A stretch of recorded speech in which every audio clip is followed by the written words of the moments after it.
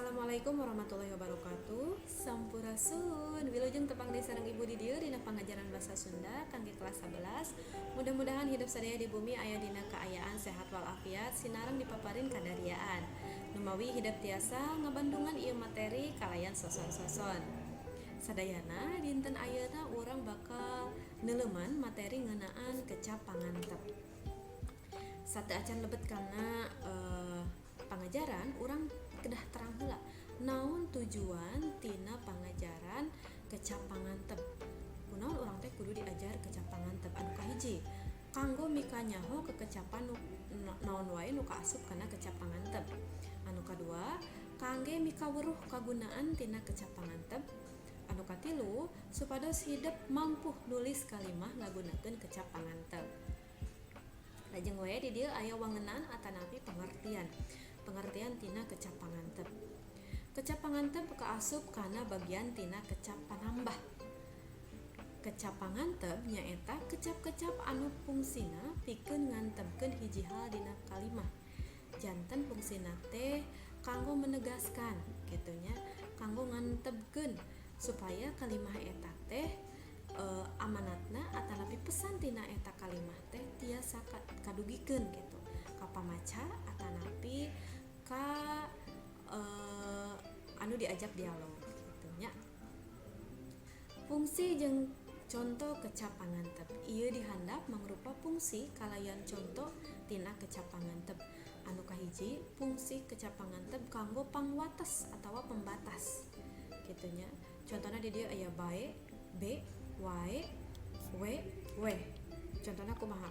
Ulah ngoprek HP bae, geura salat. Jadi diwatesan gitu. Entos lah ngoprek HP-na geura salat gitu. Ta eta fungsi tina pangwates. Contohna sapertos kitu nya. Contoh anu kadua, keun be sing teu ranking hiji ge. Ta eta batesna nu penting geto diajarna gitu. Ta janten kecap be di dieu teh kanggo ngawatesan gitu. Nah, kadieuna tiasa diaos ku hidup nyalira kitu nya. Contohna salajengna sabab fungsi kecap pangantep kanggo sabab atawa alasan. Contohna di dieu aya da, kapan, kapanan, apan, pan, apanan. Contohna kumaha? Janten si kecap pangantep itu fungsina kanggo nerangkeun sabab. Pangmeulikeun pulsa da maneh mah bager jeung darmawan. Nah, jadi sababna teh sabab si jalmi ieu teh bager jeung darmawan gitu nya pangmeulikeun pulsa gitu. Tah janten da ieu teh nunjukkeun sabab atawa alasan gitu nya. Tah terus di contoh salajengna di dieu aya teu dideuketan teh kapanan manehna geus dibonceng ku batur. Tah kapanan di dieu teh mangrupa alasan. Nya soalna kan geus dibonceng ku batur janten teu dideuketan gitu maksudna kadinya nya janten eta alasan. Fungsi alasan, fungsi sabab. Anu katilu di dieu aya wungkuan atanapi cakupan. Contohna naon wae? Deui, deuih, ge, oge, ongko. Nah, contohna kumaha? Urang tingali lamun geus ngosok huntu tong barang dahar deui. Nah, ieu cakupan. Jadi teu kenging barang dahar lamun misalkan geus ngosok huntu. Nah, eta cakupannya. Mana deui nu rek ngajak ka pasar malam teh? Nya ieu mana deui gitu. Nah, haning teu datang-datang gitu. Jadi teu aya dina jangkauan atawa teu aya dina cakupan gitu.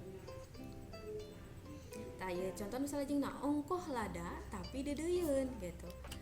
Tapi dia teh da lada tapi dedeuyeun gitu. Nah, eta dina cakupan nya. Contoh tina kecap pangantep fungsi cakupan. Anu salajengna fungsi bolai atawa batal. Ketah ketang ngabatalkeun nya. Ka dokter ketah gering mah lain ka dukun. Jadi ulah ka dukun cenah. Batalkeun we ka dukun mah gitu. Mending keneh ka dokter gitu nya. Moal tulus ketang balanja teh teu boga duit jadi ngabatalkeun tah ieu nya. Teu tulus ketang gitu. Terus anu salajengna matotoskeun atawa mencocokkan. Nya lain sanes gitu. Contohna kumaha? Nya dongeng ciun wanara mah asalna ti Ciamis gitu. cocokeunnya jeung wanara teh ti Ciamis gitunya. Ranca ono mah ayana di Banjar lain di Tasik. Tah ieu nyocokeun gitunya, dicocokeun matotoskeun. Tah terus salajengna nganyakeun, mengiyakan, heug seug gitu. Heug atuh maneh nu ngajemput ka imah gitunya, dinyakeun cenah, nyantos atuh maneh nu ka imah gitu maksudna kadinya nya. Terus salajengna deui fungsi kanggo negepkeun atawa menegaskan. Basa Sunda teh dipake ku urang Jawa Barat. Basa Sunda teh dipake ku urang Jawa Barat. Urang teh kudu ngamumule budaya Sunda. Tak eta menegaskan gitu nya. Rek jadi moal daftar kuliah teh gitu. Ditegaskeun deui. Janten fungsi teh di dieu teh menegaskan atawa negepkeun. Nu kadalapan fungsi babandingan atau pembanding. Zaman ayeuna mah sagala ge meuli online. Budak mah teu kudu pinter ngan kudu getol diajar. Mah ieu teh mangrupakeun babandingan. Anu salajengna di dieu fungsi sareng contoh kecap pangantep kanggo hal-hal anu tangtu bari yakin gitu nya. Contohna naon nya eta tea? Contoh tina kecapna kieu, mah acuk nu eta tea tos dipeser gitu. Terus contoh nu kadua, ari nu kamari tea geus dipanggihan can. Tea di dieu teh atos tangtu nya bari yakin gitu. Tea teh nu mana? Janten tos sami-sami terang antara anu diajak dialog sareng anu ngajak dialog gitu. Di dieu tah tea eta nya panginten materi ngeunaan kecap pangantep dicekapkeun dugi ka dieu. Mudah-mudahan hidup sadaya ngartos.